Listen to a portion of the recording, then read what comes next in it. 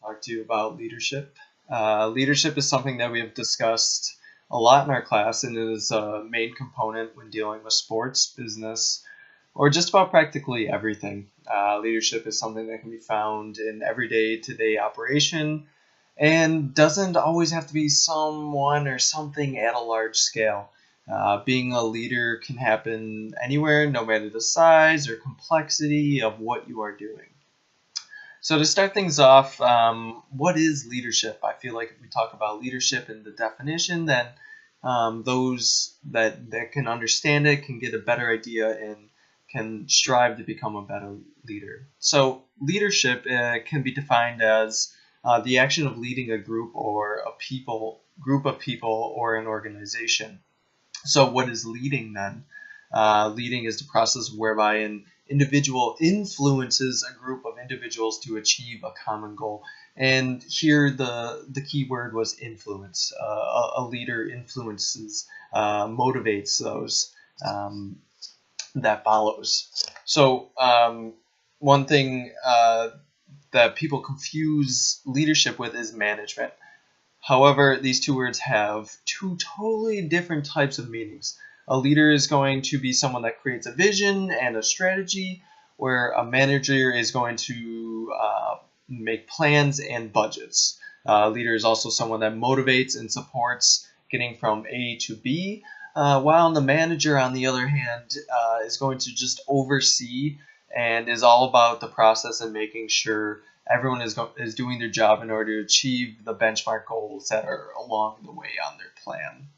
So what does this all mean?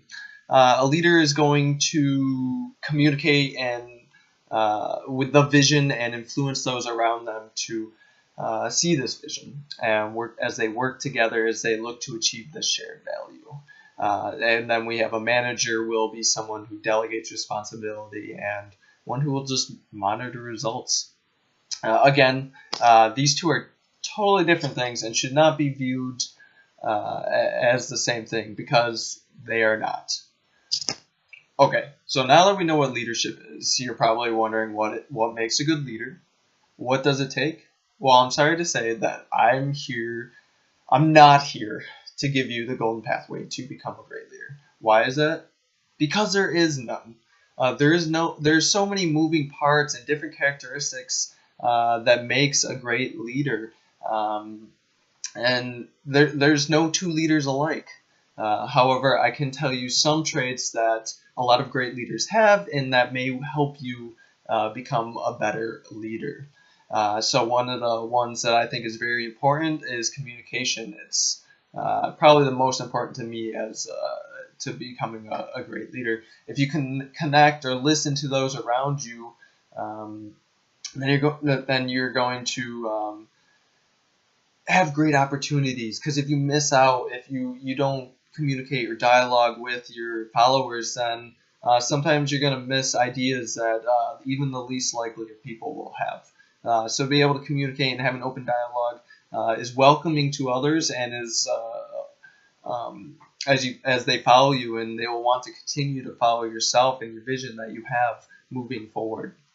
Another trait that I deem very beneficial in terms of becoming a great leader is having passion. I mean, if you have passion, if you live to do this, if you believe in what you're doing and you're fully committed, then people are going to want to follow you. People are going to be motivated and pumped up to go wherever and do whatever it takes to share this value that you have and this vision that you have. So again, passion is huge. A couple other main ones that I think are just also important on the side is accountability. You have to be accountable.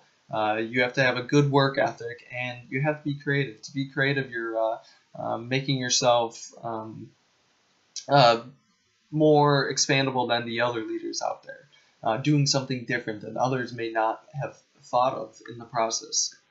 So one of the most important things to also remember is you have to self-evaluate yourself and to discover what your strengths and weaknesses are as a leader. This is a huge part of creating who I was as a leader, because I was someone that was not very open-minded. And when I finally took that step to break or step back and evaluate who I was, I could see that I was missing some very important aspects to being a great leader. I lacked a solid communication, which was something that I outlined as a very important characteristic. So taking a step back, I found out, and I was able to, see this weakness in me, and I was able to accept it and kind of work at it day by day. And I feel like that I've continually evaluated and worked on my communication as a leader, and I feel like that has made me strive in the right direction and totally boost how I am as a leader moving forward. But at my years here at Canisius, I was the undergraduate on the cross country team, and 1 year in my grad school, I was part of the cross country team and track team, where I was the captain for 3 years. Of those 3 years, there was a lot of change in rosters as people graduated and new people came in. This was always creating that new team atmosphere and culture. And when you get that yearly basis of different teams, you're going to have to also alter the way you lead, because not every group responds to the same kind of leadership. So what I always did was you got to have that communication, like I said earlier.